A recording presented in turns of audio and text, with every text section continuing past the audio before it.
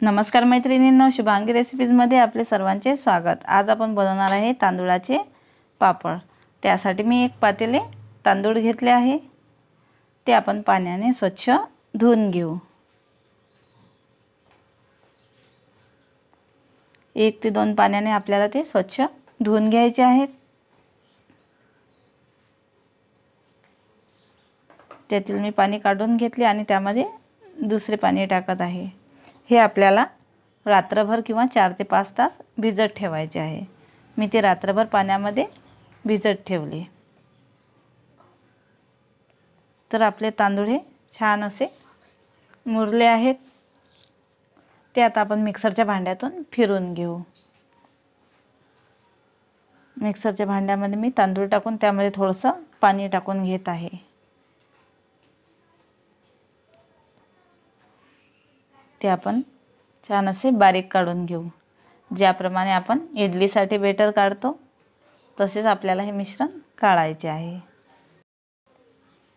अशा पद्धतीने आपल्याला हे बारीक असं काढायचं आहे।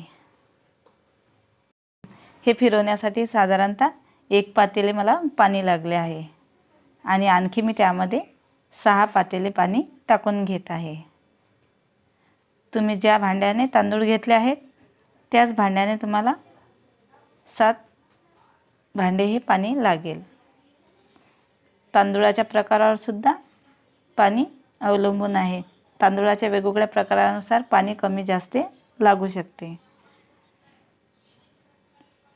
तर मी यामध्ये 7 पातेले पाणी घातले आहे।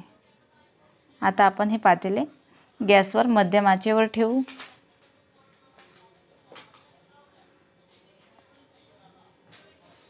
चमच्याने आपल्याला हे सारखे हलवत राहायचे आहे, जेणेकरून त्यामध्ये गाठी होणार नाहीत।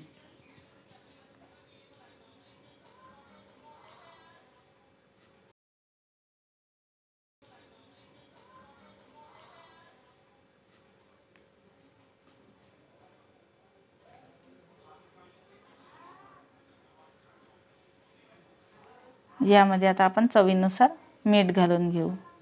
1 चम्मच मी मीठ घातले आहे। या मिश्रणामध्ये आपण पाव चम्मच पापड खार टाकून घेऊ। तसेच 2 ते 3 चम्मच आपल्याला तीळ सुद्धा यामध्ये घालायचे आहेत। चमच्याने आपण ते सारखे हलवत राहू।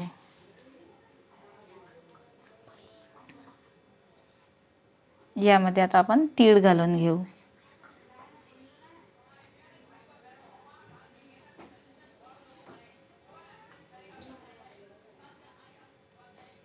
पुन्हा आपल्याला ते चमच्याने हलवत ठेवायचे आहे।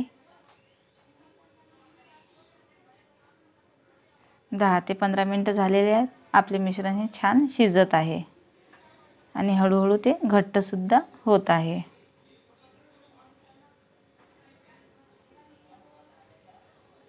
आपल्या मिश्रणाचा रंग सुद्धा बदलत आहे।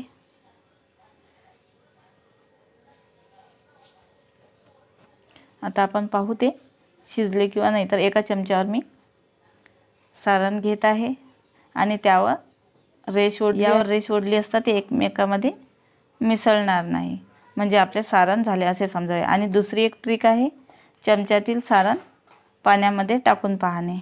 जर पाण्यामध्ये टाकल्यावर ते पाण्यात विरघळले तर आपले मिश्रण हे शिजले नाही, आणि जर पाण्यामध्ये तसेच राहिले तर आपले मिश्रण हे शिजले।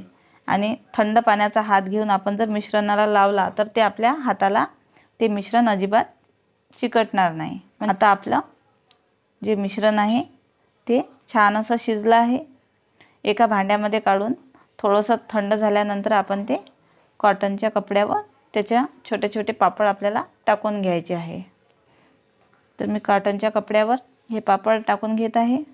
आपल्याला ते जास्त पातळ करायचे नाही, तर हलक्या हाताने फिरून आपल्याला हे पापड करून घ्यायचे आहेत। मी प्लास्टिकचा कागद न वापरता कॉटनचा कापड घेतला आहे, कारण प्लास्टिक हे आपल्या आरोग्यासाठी चांगले नसते, म्हणून मी कॉटनच्या कपड्यावरच घालून घेत आहे।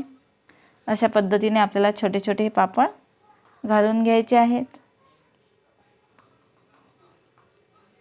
आपल्याला हे उन्हामध्ये 5 ते 6 तास वाळून घ्यायचे आहेत. आपले पापड हे छान असे वाढले आहेत. कॉटनच्या कपड्यावर घातल्यामुळे ते कापडाला चिकटले आहे, म्हणून हा कापड मी उलटा करून त्यावर वरून पाणी शिपडून घेत आहे. 5 मिनिट आपल्याला हे असंच ठेवायचं आहे. त्यावर पाणी टाकल्यानंतर 5 ते 10 मिनिट आपण ते तसंच ठेवू.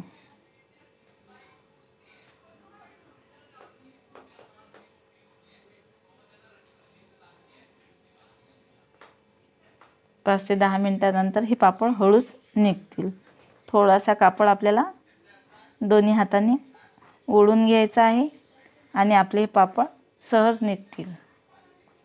हे पहा, अशा पद्धतीने आपले हे पापड निघतील.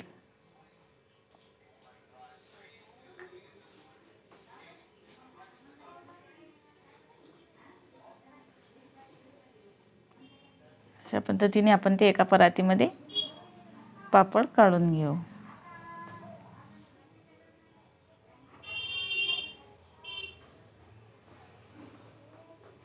उलटे करून आपल्याला ते पापड ठेवायचे आहे. जिकडून ओले असतील तिकडून आपण ते ठेवून घेऊ. तर दुसऱ्या बाजूने सुद्धा आपल्याला ते वाळून घ्यायचे आहे. दुसऱ्या दिवशी सुद्धा मी उन्हामध्ये ठेवले. आपले पापड हे छान असे वाळून तयार आहे. हे पहा, छान असे पापड आपले हे पातळ झाले आहेत. मी तुम्हाला ते तेलामध्ये तळून दाखवत आहे.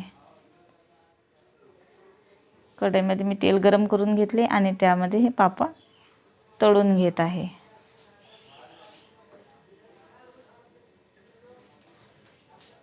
छान असे आपले हे पापड तयार झाले आहेत. लहानांपासून तर मोठ्यांपर्यंत सर्वांना हे पापड नक्कीच आवडतील.